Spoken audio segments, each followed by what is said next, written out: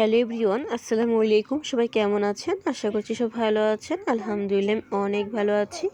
নতুন রেসিপি দেখার জন্য সবাইকে আমন্ত্রণ জানাচ্ছি। আজকের রেসিপিতে থাকছে নতুন আলু দিয়ে ডিম, সাথে গুল বেগুন দিয়ে বেগুন ভাজা।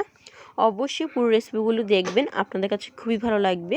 আশা করছি বড় মতো আজকের রেসিপিগুলো খুবই মজার, খুবই সুস্বাদু, আপনাদের কাছেও খুবই ভালো লাগবে।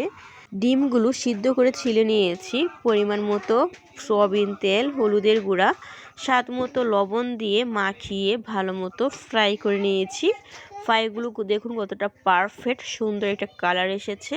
এই পর্যায়ে নতুন আলুগুলো ছোট ছোট স্লাইস করে কেটে নিয়েছি কুচি কুচি করে। এখন ধুয়ে পরিষ্কার করে রেডি করে নিয়েছি রান্নার জন্য। আপনারা কিভাবে ডিম রান্না করেন অবশ্যই কমেন্টস করে জানাবেন।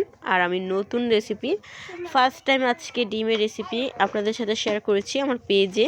অবশ্যই আমার পেজে ভিডিওগুলো ফলো করবেন, আপনারা অনেক নতুন নতুন রেসিপি শিখতে পারবেন। আমার পেজে অনেক রকমের রেসিপি আছে, আশা করছি আপনাদের কাছে খুবই ভালো লাগবে। রেসিপি নিয়ে আমার ছোট একটি পেজ খোলা, আলহামদুলিল্লাহ আপনাদের সকলের ভালোবাসায় আজকে এ পর্যন্ত আসতে পেরেছি। আশা করছি সব সময় আমার পাশে থেকে সাপোর্ট করবেন। প্রথমে আলুগুলো সিদ্ধ করে নিয়েছিলাম। সিদ্ধ করার পর পরিমাণ মতো হলুদের গুঁড়া, মরিচের গুঁড়া দিয়ে কষিয়ে নিয়েছিলাম। কষানোর পর ডিমগুলো দিয়ে দিয়েছি। এখন ভালো মতো নেড়ে চেড়ে সিদ্ধ করে নিতে হবে। কাঁচামরিচগুলো অ্যাড করে দিয়েছি। মাকে বলেছিলাম অনেক দিন যাবৎ মাছ মাংস খেতে খেতে আর ভালো লাগছে না। ফার্স্ট টাইম আমার পেজে ডিমের রেসিপি আপনাদের সাথে শেয়ার করেছি।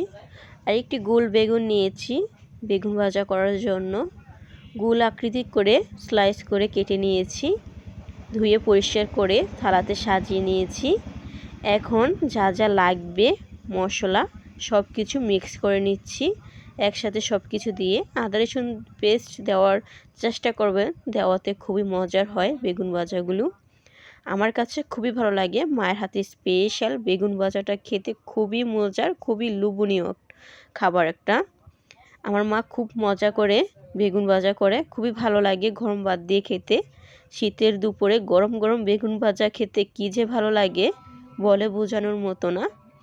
আজকের রেসিপিগুলো আপনাদের কাছে কেমন লেগেছে অবশ্যই কমেন্টস করে জানাবেন। আর নিত্য নতুন ভিডিও দেখার জন্য অবশ্যই আমার পেজটা ফলো দিয়ে রাখবেন। নতুন আলু দিয়ে ডিমের রেসিপিটা খেতে খুবই মজা, খুবই সুস্বাদু ছিল। অবশ্যই বাসায় এভাবে ট্রাই করবেন, আপনাদের কাছে খুবই ভালো লাগবে।